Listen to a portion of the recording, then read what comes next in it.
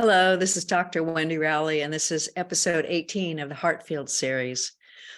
Sometimes when you go through a period and it's challenging in life, you can get a sense of that you're just overburdened. And literally, you'll see in the clairvoyance that people will have sometimes literally just like people on their shoulders, or just have, that's why they say the weight of the world on your shoulders. Well, energetically, there's something that sort of happens that way. And sometimes you just don't know what to do. And a very, very simple thing that is very benevolent and very easy to do is to get into your prayer state, get into your communion state with the Creator. And, if you want to do your tools and ground and into the earth and align to the cosmic and attune to the heart field and the Creator, run your energy or whatever you need to do, create your sacred space.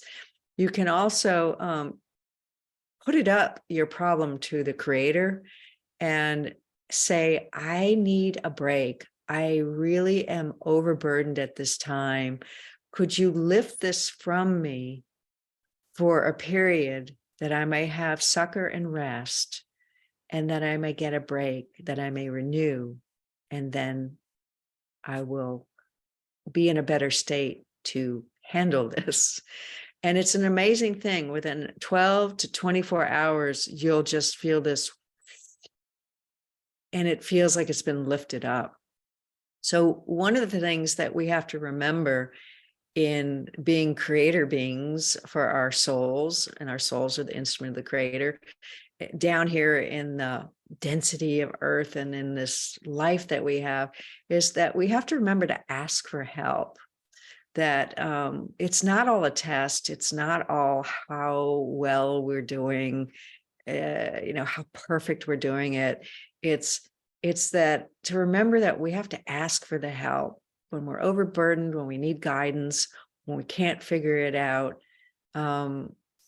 And so sometimes when you enter a relationship or a contract with someone, whether it be a marriage, a new relationship with a boyfriend, a business partner, it's a really wonderful thing to say. We will come into this in an agreement of communication, openness, working for the best and highest good, honesty, but that when we have conflict, we will separate and each go and put our problems up to our soul with the divine and ask for the guidance, and then come back together to work out a solution. And it saves a lot of conflict, because when people get upset, they often feel hurt, or they're feeling betrayed, or they have trust issues from childhood, or whatever the multiple complex puzzle that we carry in our lifetime is. There is that ability to put judgment onto a situation, and nothing shuts down communication faster than judgment. Once judgment comes in, boom, there's no communicating. And then the next thing you know, people are spatting at each other, these things, blah, blah, blah. And a lot of times people don't even remember what they said because they're up and out of body, and that karmic force and other things are just sort of there, letting that charge out. So if you need help, ask. If you're overburdened, ask. If you have anger or you have a charge in you, there's other ways to let it out than on another person, or turning it inward and putting it into sort of a form of self-negation. You can go for a walk in nature. You can go for a real hard physical exercise. You can eat peanut butter to ground you. You can beat a pillow and get the energy out. You can go out and break flower clay pots, or do something to get that charge out. And to remember, this is a good time to separate myself until I'm in a better state. And there's nothing wrong with telling people that you need to do that. But we're not always given permission to do that. We have to wear a facade in our culture, and we have to sort of present this professionalism. But life is, as a wise person said to me, is messy. And you have to give yourself the grace to know that if the charge is greater than that person, in that moment, the charge will rule. And so sometimes the charge is being let out. And so we can't take these things personally. And it's a really good thing to remind ourselves not to do that. Just thought that was some wisdom that had been passed on to me in some of my training, and I found it very useful, and I hope you do too. All right, let's see what Aliania has to say today. All right. Oh, good day to you, dearest beings of light. This is Aliania of Cosmic Service, Pleiadian Mother of Sound. Peace be with you, peace be with you, and peace be with you. The light is coming around to the skylight, so I might start to look glowy. That's what it is. Dearest beings of light, we had talked about the benevolence coming into the galactic band, into the energy field of the earth as a stabilizing and uplifting force from your galactic family of those who have gone before you, who have changed their planet to enlightened planetary systems, which means they have brought in a high degree of love, of light, of compassion, of no more wars, of no more. And it's not like an autotron society where everyone's just acting perfect. It still has challenges, but the people and the energies of the people have learned to deal with them in a more benevolent way. And they have also evolved in their evolution as far as their ways of solving problems, their ways of providing enough food, their ways of building structures. It compounds into all of creation. In the astral field, where you have all sorts of little critters and things, and those evolve to become benevolent, for those are part of the creational levels of humans on a planetary system. And this one has actually seen that picture of now and the future and what those beings became like. And so she had to have that in order to have greater compassion for those things she's aware of on the other side of the veil. Humans are the supreme being on this planet. And it is good to remember that. All right. So what we wish to share about the heart field this day is that your connection in your heart here, all the way out to the field, which we need to rename because it's so confusing, all these words for the field that don't have a lot of definition. And what we would like to call the field of the soul group level with the Supreme Being's heart engine, as we call it, or the Supreme Being creational level, where the divine blueprint for the creational system is, in that galactic band around the periphery of the planet between the cosmic and galactic outer band and the earth inner band, just like you have in your aura, that high outer torus. It's the high outer torus of the earth, which is made of all of you collectively, as well as the earth energy, the earth consciousness, and so many other things you will learn as you unfold in your evolution.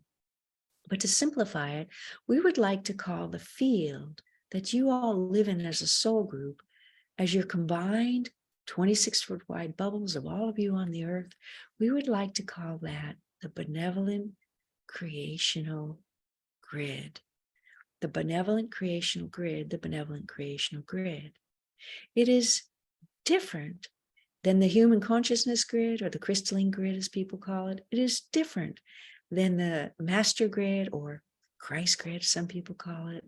It is different than the interim master grid. It is, as we said, there are over 600 grids on the planet. Imagine that is a culmination of every high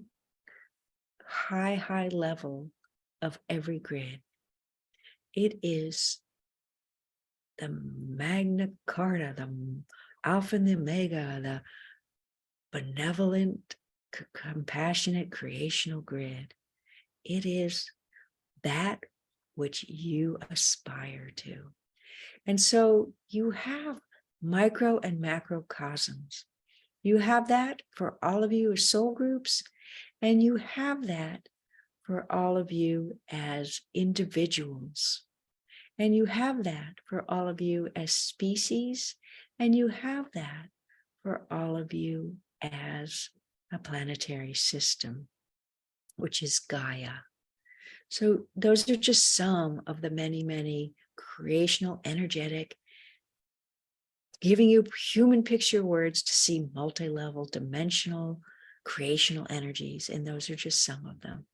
So in that understanding that you are connected all the way out to the most high creational level there can possibly be, that covers everything, the big master blueprint, and then the human's divine blueprint, and then your soul's divine blueprint, and that you have these connections that go that far out, so that you are part of this planetary system of creation, that what you do as soul groups affects everything, that you are that profoundly important in the planetary system, that you are that profoundly tied in to the evolution of this planet, that you are that profoundly tied in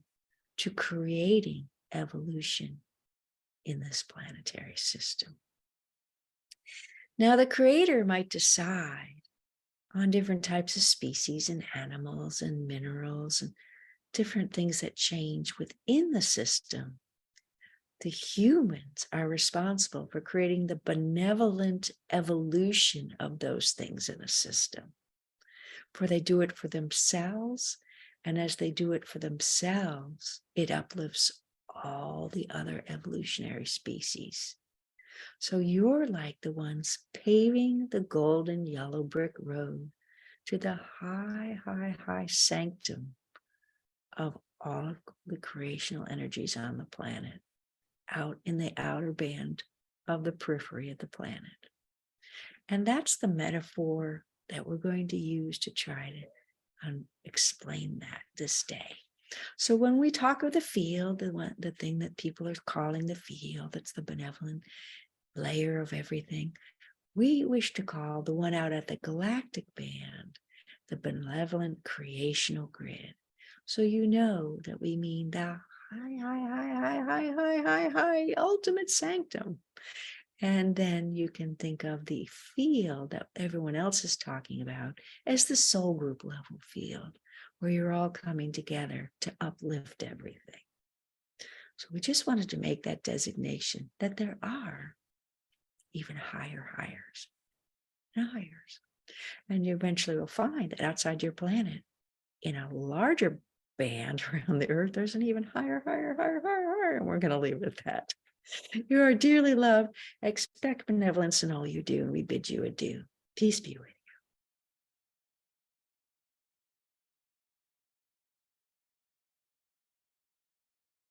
you. All right. That ends episode 18. We're going to keep it short and sweet, and I'll see you for the next one. Have a good time and peace during the listening, if you're into listening to these episodes. Remember, like, subscribe, and comment if you like, and pass the word around about this work if you're into this kind of juicy spiritual information, and also about the coming healing, the coming group healing, for that is starting in 2024. And if you're listening to this tape in the future, join in. Bye.